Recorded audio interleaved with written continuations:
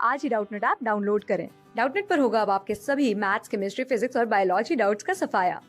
बस अपने क्वेश्चन की फोटो खींचो, उसे क्रॉप करो और तुरंत वीडियो सोल्यूशन पाओ। Download now.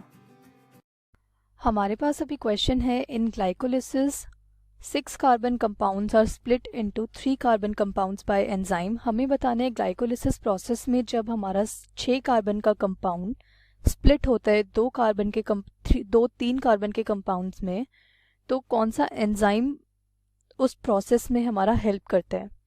सो पहले हम ग्लाइकोलिसिस समझते हैं क्या होता है। Glyco is glucose and lysis मतलब break down. So guys, glycolysis का मीनिंग होता है ग्लूकोज का ब्रेक डाउन। ये एक 10 स्टेप प्रोसेस है। इस प्रोसेस में हमारा ग्लूकोज 10 स्टेप्स में ब्रेक डाउन होकर अल्टीमेटली पायरुविक एसिड प्रोड्यूस करता है, बनाता है। तो हम एक बार अब ग्लाइकोलिसिस समझते हैं। सो गाइज, ग्लूकोज से स्टार्ट होता है हमारा ग्लाइकोलिसिस। ग्लूकोज से वो ब्रेक डाउन होता है ग्लूकोज 6 फॉस्फेट में। आगे वो हमारा ब्रेक डाउन होता है फ्रक्टोज 6 फॉस्फेट में। फ्रक्टोज 6 फॉस्फेट हमारा फ्रक्टोज 1,6 बिसफॉस्फेट में कन्वर्ट होता है। फ्रक्टोज 1,6 बिसफॉस्फेट हमारा वो 6 कार्बन का कंपाउंड है जो हमसे क्वेश्चन में पूछा है कि जब वो स्प्लिट होता है वो दो में स्प्लिट होता है। पहला हमारा कंपाउंड होता है, पहला हमारा होता है 3-फॉस्फोग्लिसरल्डिहाइड, या फिर हम उसको ग्लिसरल्डिहाइड 3 फॉस्फेट भी लिख सकते हैं। और दूसरा प्रोडक्ट जो बनता है वो होता है dehydroxy acetone 3 phosphate. So guys, ये प्रोसेस होने के बाद हमारा ग्लिसरल्डिहाइड 3 फॉस्फेट आगे कन्वर्ट होता है 1,3 बिसफॉस्फोग्लिसरेट में। 1,3 बिसफॉस्फोग्लिसरेट हमारा कन्वर्ट होता है 3 फॉस्फोग्लिसरेट में। 3 फॉस्फोग्लिसरेट कन्वर्ट होता है 2 फॉस्फोग्लिसरेट में। 2 फॉस्फोग्लिसरेट चेंज होता है हमारा फॉस्फोइनॉल पायरुवेट में। एंड अल्टीमेटली फॉस्फोइनॉल पायरुवेट हमारा बनाता है पायरुविक एसिड, जो कि एक एंड प्रोडक्ट है हमारे ग्लाइकोलिसिस का। सो गाइज, इस पूरी साइकिल में बहुत सारे एंजाइम्स यूज होते हैं। हमारी एटीपीज किसी में रिलीज होती है प्रोसेस में, किसी में एटीपी यूज होती है, फॉस्फेट ऐड हो रहा है या फॉस्फेट हमारा निकल रहा है। बहुत सारी चीजें होती हैं इस साइकिल में। बट हमसे क्वेश्चन में जो पूछा है वो ये है कि ग्लाइकोलिसिस में जब हमारा 6 कार्बन का कंपाउंड स्प्लिट हो रहा है 2-3 कार्बन के कंपाउंड्स में, तो वो एंजाइम कौन सा है। तो हम तब तक के प्रोसेस के एंजाइम्स को स्टडी करते हैं। एंजाइम्स के नेम के पीछे भी एक रीज़न होता है, एक एक्सप्लेनेशन होता है। सो ग्लूकोज से जब हमारा ग्लूकोज 6 फॉस्फेट बनता है तब हमारा जो एंजाइम यूज होता है वो होता है हेक्सोकाइनेज। गाइज, हेक्सोकाइनेज के पीछे हमारा यहाँ पर रीजन है, काइनेज एक एंजाइम होता है जो हमारा फॉस्फोराइलेट करता है, मतलब जो फॉस्फेट ग्रुप को ऐड करता है। और हमारा हेक्सोकाइनेज है, मतलब उसने 6 कार्बन पर उसने फॉस्फेट ग्रुप को इंट्रोड्यूस किया है, इसलिए हमारा एंजाइम यहाँ पर जो यूज हुआ है वो है हेक्सोकाइनेज। आगे देखते हैं हम, ग्लूकोज 6 फॉस्फेट से जब हमारा फ्रक्टोज 6 फॉस्फेट बनता है तब हमारा जो एंजाइम यूज होता है वो होता है isomerase. Guys, isomerase enzyme use होने के पीछे क्या रीजन है। आइसोमर्स क्या होते हैं। आइसोमर्स होते हैं मॉलिक्यूल्स जिनके पास आइडेंटिकल फॉर्मूला होता है बट उनका स्ट्रक्चर डिफरेंट होता है।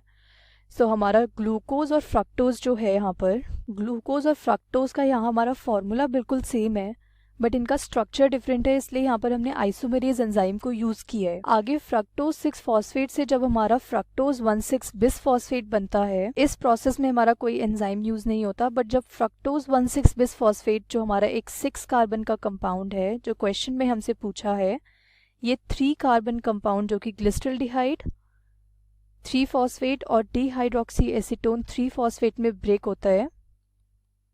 एंड जो एंजाइम इस चीज में हेल्प करता है वो एंजाइम होता है हमारा एल्डोलेज।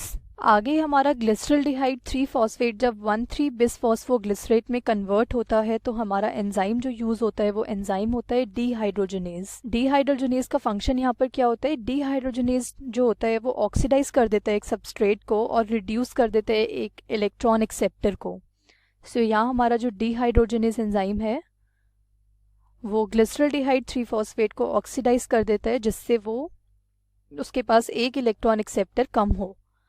सो हमें ऑप्शंस में भी आगे भी हमारे बहुत सारे एंजाइम्स होते हैं। मैं आपको बस ऑप्शंस के थ्रू ये सारे चारों एंजाइम्स का मैंने आपको फंक्शन बताया है। सो ऑप्शंस हमें दिए हैं आइसोमरेज, मैंने आपको बताया आइसोमरेज कौन सी प्रोसेस में यूज होता है, तो हमारा आंसर आइसोमरेज नहीं होगा क्योंकि आइसोमरेज ग्लूकोज 6 फॉस्फेट से फ्रक्टोज 6 फॉस्फेट के टाइम पर यूज होता है।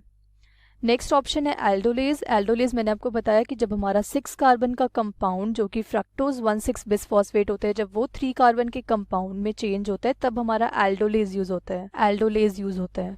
Next option is hexokinase. Hexokinase मैंने आपको बताया जब ग्लूकोज से हमारा ग्लूकोज 6 फॉस्फेट बनता है तब हमारा हेक्सोकाइनेज एंजाइम यूज होता है।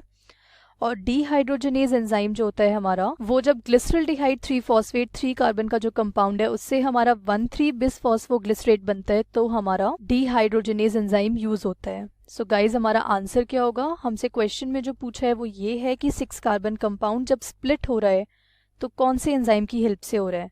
तो हमारा आंसर होगा option 2, that is aldolase. Aldolase enzyme help करता है 6 कार्बन के कंपाउंड्स को 3 कार्बन के कंपाउंड्स में कन्वर्ट होने में। Thank you.